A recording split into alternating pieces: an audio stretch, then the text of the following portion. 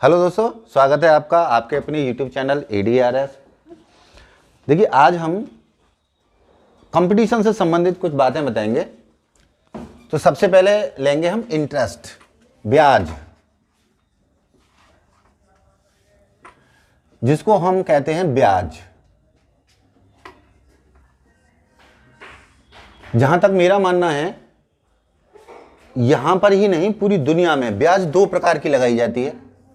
एक कहते हैं हम सिंपल इंटरेस्ट, इसे कहते हैं हम साधारण ब्याज।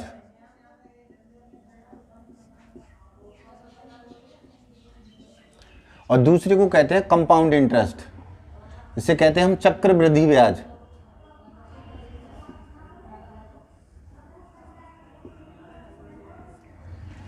अब साधारण ब्याज और चक्रवृद्धि ब्याज को निकालने के हमको तरीके मालूम होने चाहिए।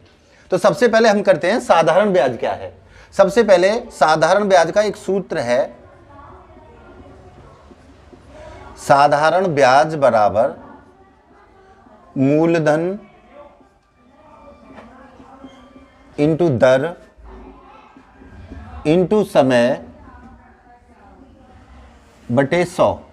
ये हमारा एक मुख्य सूत्र होता है, मेन सूत्र होता है। अब साधारण ब्याज को हम SI से, सिंपल इंटरेस्ट से इंडिकेट करते हैं, मूलधन को हम P से इंडिकेट करते हैं, क्योंकि मूलधन बराबर होता है प्रिंसिपल अमाउंट। दर को करते हैं R से, रेट ऑफ इंटरेस्ट, और समय को करते हैं T से, यानी टाइम। इस तरीके से ये सूत्र भी बन जाता है इंग्लिश में, SI is equal to P into R into T upon 100। इस तरीके से हमारा ये जो सूत्र होता है, ये मेन सूत्र होता है, इसे हम कहते हैं मेन सूत्र। इसी सूत्र के आधार पर हम सूत्र बहुत सारे बना लेते हैं।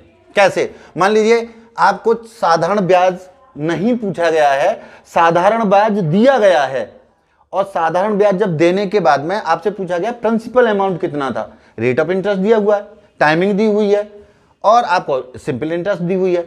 तो हमको अगर प्रिंसिपल अमाउंट यानी मूलधन हमको अगर निकालना है, तो हम कैसे निकालेंगे?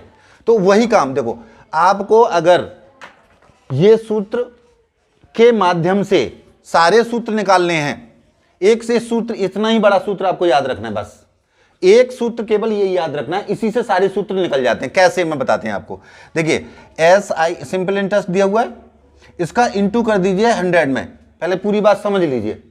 तो क्या करेंगे, SI into 100 is equal to P into R into T।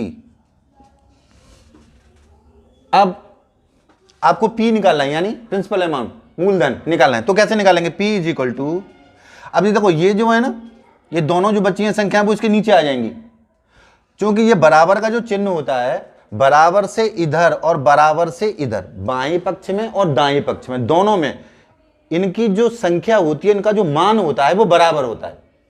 जब एक दूसरे की तरफ हम ले जाते हैं तो उनको प्लस का माइनस और माइनस का प्लस करते हैं, और गुणा का भाग और भाग का गुणा करते हैं। तो यहां पर गुणा हो रहा है तो इधर भाग करेंगे, तो P इज इक्वल टू हो जाएगा SI into 100 upon R into T। एक सूत्र बन गया नया। सूत्र कहां से बना? वो पहले वाले से ही। इसी तरीके से सूत्र नंबर अगला भी बन सकता है कि R, अगर सवाल में प्रिंसिपल अमाउंट पूछ लिया, अब रेट ऑफ इंटरेस्ट पूछ लेता हूं। अगर रेट ऑफ इंटरेस्ट जानना है तो क्या करेंगे, उसका अलग सूत्र बन जाएगा। जो P की जगह पर R और R की जगह P लिख दो, सूत्र बन गया, यानी SI into 100 upon P into T। अगर आपको T पूछना है, R दी हुई है, P दी हुई है, SI दी हुई है, और T पूछ रहा है, तो T is equal to SI into 100 upon R into T। इन सूत्रों के माध्यम से हम किसी भी साधारण ब्याज के सवाल को हल कर सकते हैं। अब इसी तरीके का एक सवाल ले लेते हैं, पहले क्वेश्चन पढ़ते हैं कोई भी। 500 रुपए की धनराशि 10% वार्षिक साधारण ब्याज की दर से 3 वर्ष में उधार दी गई है, साधारण ब्याज ज्ञात कीजिए। यानी प्रिंसिपल अमाउंट हमारा P हो गया इज इक्वल टू 500, ठीक है। अब रेट ऑफ इंटरेस्ट हो गया 10%, टाइमिंग हो गया 3 ईयर, ठीक है। अब आपको क्या निकालना है, सिंपल इंटरेस्ट, ठीक है। अब जब सिंपल इंटरेस्ट हम निकालेंगे तो वो किस तरीके से निकालेंगे वो देखिए, वो पहला वाला ही सूत्र लगाएंगे हम, P into R into T upon 100। अब P कौन सा दिया, वो 500 गुणा 10 इंटू 3/100, देखो 2 जीरो, 5 गुणा 10 गुणा 3 150, समझ में आ गई। अब देखिए अब हम सवाल दूसरे तरीके से बनाते हैं, इसी सवाल को, सेम सवाल है, सवाल सेम ही है। हमको क्या करना है, कोई धन नहीं दिया गया है, 10% वार्षिक ब्याज की दर से 3 वर्ष में उसका साधारण ब्याज 150 रुपए हो जाता है, तो धन बताओ।